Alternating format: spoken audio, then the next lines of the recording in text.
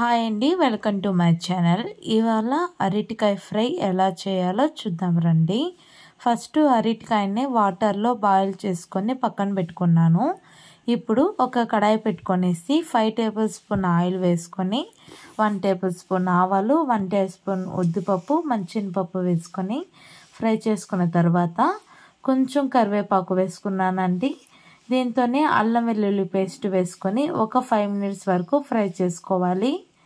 ఎవరైతే మన ఛానల్ని ఫస్ట్ టైం చూస్తున్నారో ప్లీజ్ అండి లైక్ చేయండి, షేర్ చేయండి, సబ్స్క్రైబ్ చేయండి. Thank you.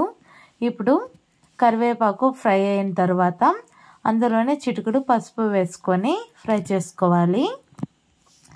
మనం ఉడికించి పెట్టుకున్న అరటికాయను కూడా ఇందులో వేసుకొనేసి ఒక 10 మినిట్స్ వరకు సిమ్లో పెట్టుకొని ఫ్రై చేసుకోవాలండి.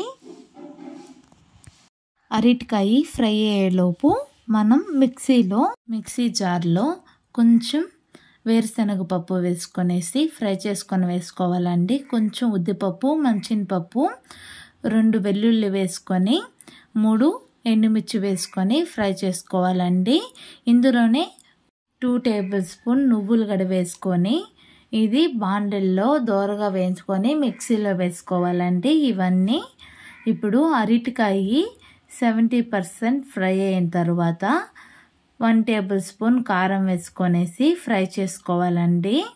కారం వేసుకొని ఒక 2 మినిట్స్ వరకు మూత పెట్టుకొని అరటికాయని ఫ్రై చేసుకోవాలండి. ఒక 2 మినిట్స్ తర్వాత మూత ఓపెన్ చేసి 5 మినిట్స్ వరకు ఫ్రై చేసుకోవాలండి. ఇలాగా కలుపుకోవాలి.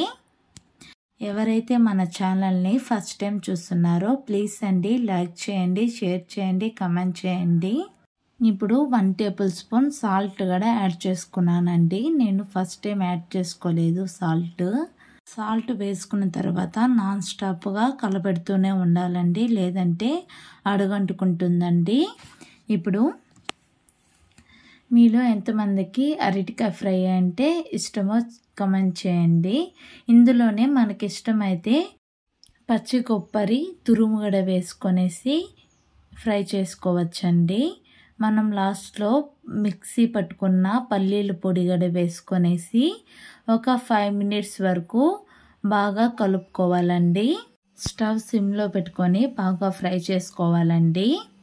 వేడి అన్నంలో రసం వేసుకొనేసి అరటికాయ ఫ్రై పెట్టుకొని తింటే చాలా రుచిగా ఉంటుందండి. నాకైతే ఈ కాంబినేషన్ చాలా ఇష్టం. నా ఛానల్ని సబ్స్క్రైబ్ చేయండి. Thank you.